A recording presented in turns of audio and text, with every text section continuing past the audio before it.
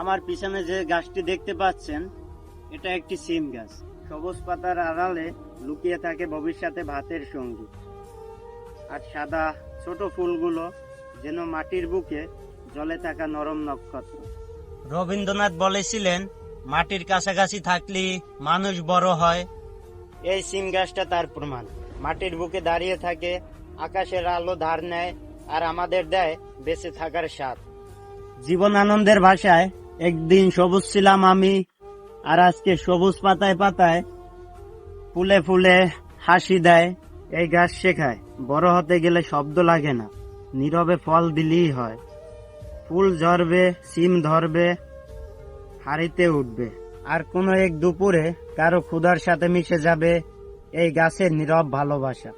এটাই তো জীবন, শিকড় মাটিতে, স্বপ্ন আকাশে, আর দান মানুষের জন্যে।